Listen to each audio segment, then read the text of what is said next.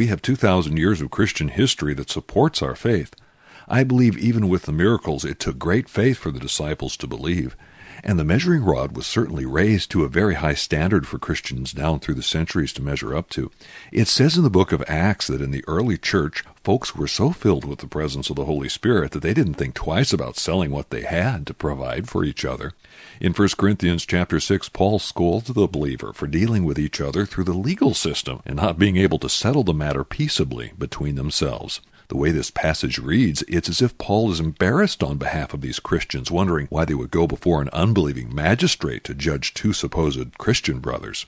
In verse 7, Paul says it's an utter failure for you that you go to the law against one another. Instead, why don't you just accept wrong? Why don't you just not let yourself be cheated?